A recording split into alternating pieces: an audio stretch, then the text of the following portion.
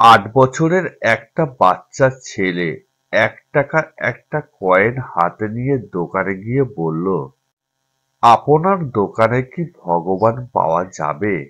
দোকানদার একথা শুনে কয়েনটি ছুঁড়ে ফেলে দিয়ে তাড়িয়ে দিল ছেলেটিকে। ছেলেটি পাশের দোকানে গিয়ে ১ টাকা দিয়ে চুপচাপ দাঁড়িয়ে রইল। দোকানি বলল, এই ছেলে, ১ টাকা দিয়ে কি তুমি চাও?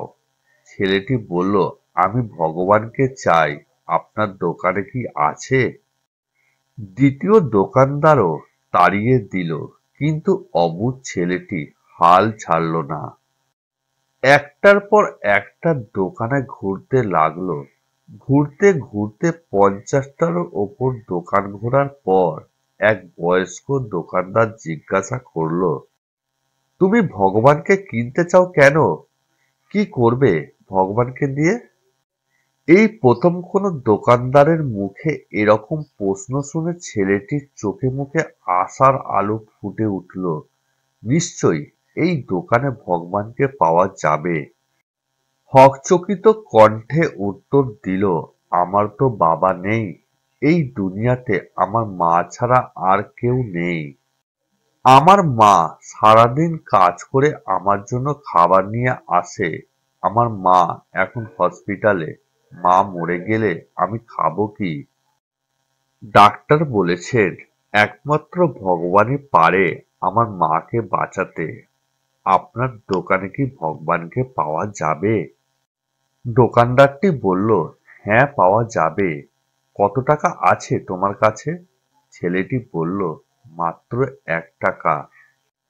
তিনি বললেন, সমস্যা নেই, ১ টাকাতেই ভগবানকে পাওয়া যাবে। দোকানদার বাচ্চাটির কাছ থেকে ১ টাকা নিয়ে খুঁজে দেখল ১ টাকার ১ গ্লাস জল ছাড়া বিক্রি করার মতো কিছুই নেই তার কাছে। তাই ছেলেটিকে ফিল্টার থেকে ১ গ্লাস জল ধরিয়ে দিয়ে বলল, এই জলটা খাওয়ালেই তোমার মা সুস্থ হয়ে যাবে। পরের দিন একদল মেডিকেল স্পেশালিস্ট ঢুকলো সেই হসপিটালে। ছেলেটির মায়ের অপারেশন হলো। দ্রুত তিনি সুস্থ হয়ে উঠলেন। ডিসচার্জের কাগজে হসপিটালের বিল দেখে মহিলার অজ্ঞান হওয়ার মতো অবস্থা। ডাক্তার ওনাকে আশ্বস্ত করে বললেন, টেনশনের কিছু নেই। একজন বয়স্ক ভদ্রলোক আপনার এই সব বিল পরিশোধ করে দিয়েছেন, সাথে একটা চিঠি দিয়েছেন। মহিলাটি চিঠি খুলে পড়ে দেখল, তাতে লেখা, আপনাকে ধন্যবাদ দেওয়ার কোনো প্রয়োজন নেই, আপনাকে তো বাঁচিয়েছেন স্বয়ং ভগবান।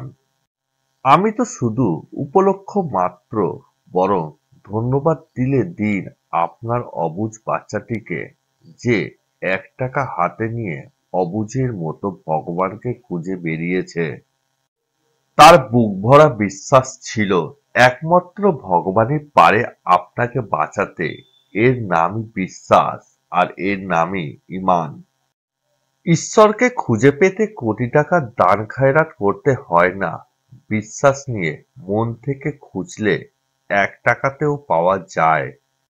বইয়ের পাতায় মানুষকে যা শিক্ষা দেয়, জীবনের পাতা তার থেকেও অনেক বেশি কিছু শিখিয়ে যায়।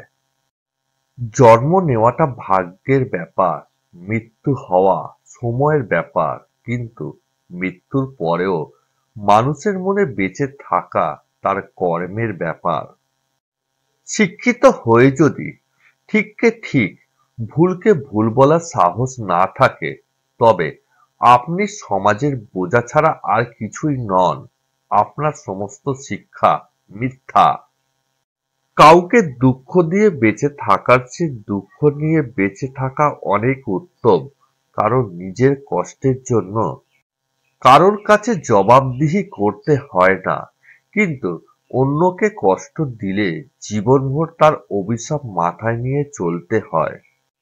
পৃথিবীর সবচেয়ে পুরাতন যন্ত্রের নাম ষড়যন্ত্র, যা যুগের পর যুগ সার্ভিস ছাড়াই চলে। ১ কেজি সোনার মূল্য ৫০ লক্ষ টাকা, ১ কেজি সাপের বিষের মূল্য ৪ কোটি টাকা। ফ্যাক্ট হলো, এই সমাজে ভালো মানুষের চেয়ে বিষাক্ত মানুষের দাম অনেক বেশি। মন খারাপ, খুব অসহায় লাগছে, তবে কথাগুলো মিলিয়ে নিন, দেখুন তো সত্যি কিনা। মাথার ওপর আপনার ছাদ আছে, শরীরে কাপড় আছে, দুবেলা খেতে পান, আর রাতে ঘুমানোর মতো জায়গা থাকলে বুঝবেন গোটা পৃথিবীর ৭৫% লোকের চেয়ে আপনি ধনী। পকেটে যদি কিছু টাকা থাকে, আপনি আপনার পছন্দ মতো কিছু কিনতে পারেন, যেখানে খুশি যেতে পারেন। তবে জানবেন, গোটা পৃথিবী 20% বিত্তশালীদের মধ্যে আপনি একজন।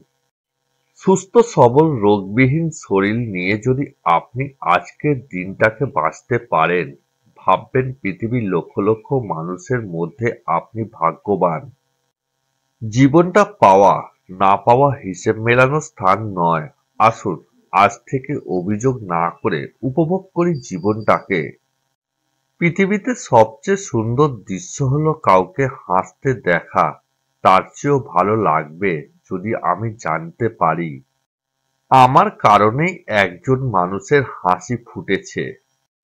এই ৩ জায়গায় কখনো নরম হবেন না। ১.